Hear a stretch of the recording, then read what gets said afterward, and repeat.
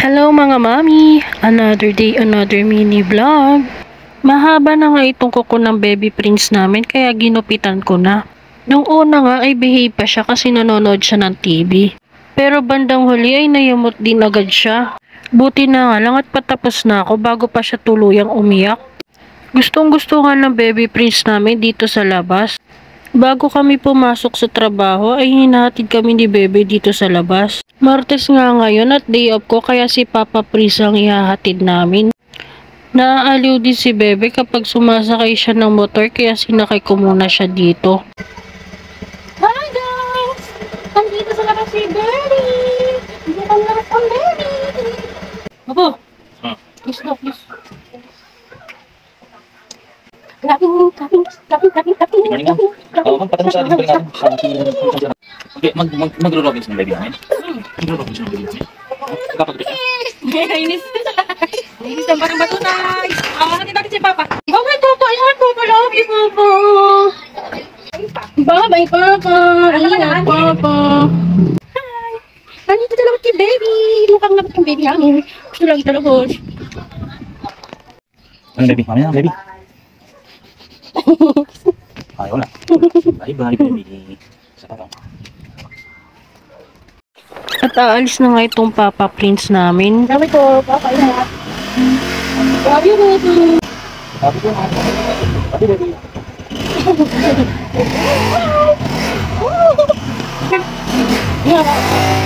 At umalis na nga ang Papa Prince. Ngayong araw nga din yung first haircut ng baby prince. Kaya namili na rin ako ng damit na isusuot niya. Si inay na nga nagready ng pangpaligo ng aming baby. At ako naman yung magpapaligo sa kanya.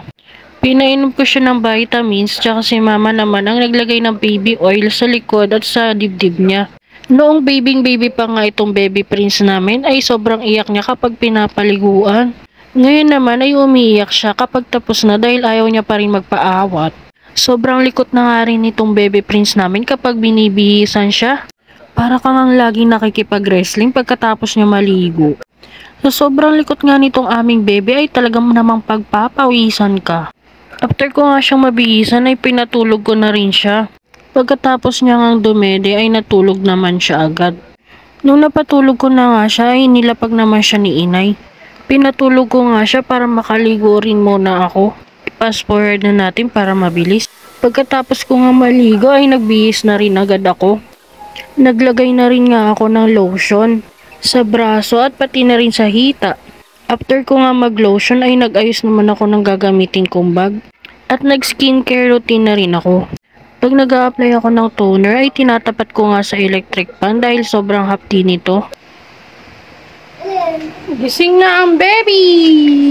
Dumating na nga sila lolo at lola kaya nagising na rin itong baby prince namin. Kasama si Ate Mela, ang pinsan ng baby prince namin. Tinapos ko na nga rin itong skincare routine ko. After ko maglagay ng sunscreen ay nag-toothbrush na nga ako. Late ko na nga na-realize dapat pala nag-toothbrush muna ako bago ako naglagay ng sunscreen. Kasi feeling ko na wash out lang din yung nilagay ko sa bibig. Pagkatapos ko nga mag-makeup ay nagsapatos na rin agad ako kasi nag-aantay na sila sa amin. Sa labas nga rin ako nagsusuklay dahil madalas marami akong hair pull. At nandito na nga tayo sa Robinson's Antipolo. Kasama namin si Lolo, si Lola, si Ate Mela at si Inay. Mabilis nga lang talaga kami dito dahil papagupitan lang namin si Baby Prince. Inalalayan ko na nga lang si Ate Mela dahil parang nahihirapan siya umakyat. Nagmamadali na rin kami dito dahil alas 12 na kami nakarating.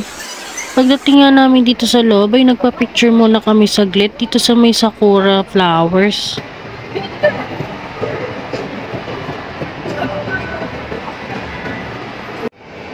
Yo, yo, yo, yo, yo, yo, yo.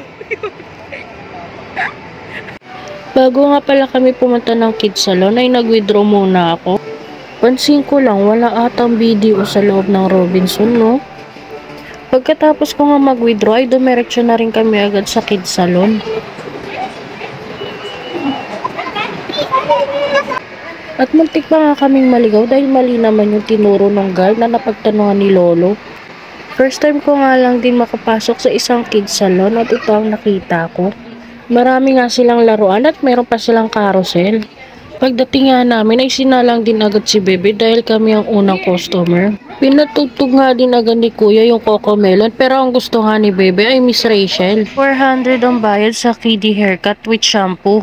Pinapili ko nga si mama ng haircut pero ako pa rin yung nasunod. Oh, ito. Yun, yung nasa gitna. Ito? Yeah.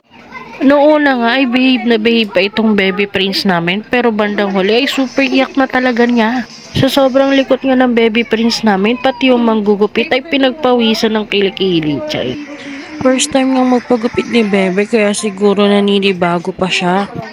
Binuksan na nga ni Lola yung YouTube niya sa cellphone para mapanood ni Bebe si Miss Rachel. At eto na nga si Bebe, super iyak niya na, nakakaawa pa naman. Hindi na po. Mamaya naman po. Mamaya naman.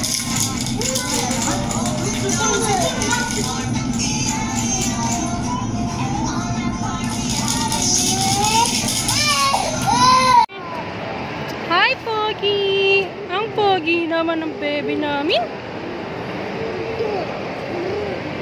Hi, Pogi! I love you, Pogi! Pogi yan? Hi! Ay, oh, Pogi! Pogi yan? Pogi yan, baby ko! I love you, Pogi! I love you, Pogi! Ano to? At tapos na pagpagupit namin kay Bebe, nakita nyo naman sobrang pogi na ng baby prince namin. At eto nga ay pauwi na rin kami. Nauna na nga maglakad sina Lolo at Lola kasama si baby prince. Hanggang dito na nga lang mga mami. Salamat sa panonood.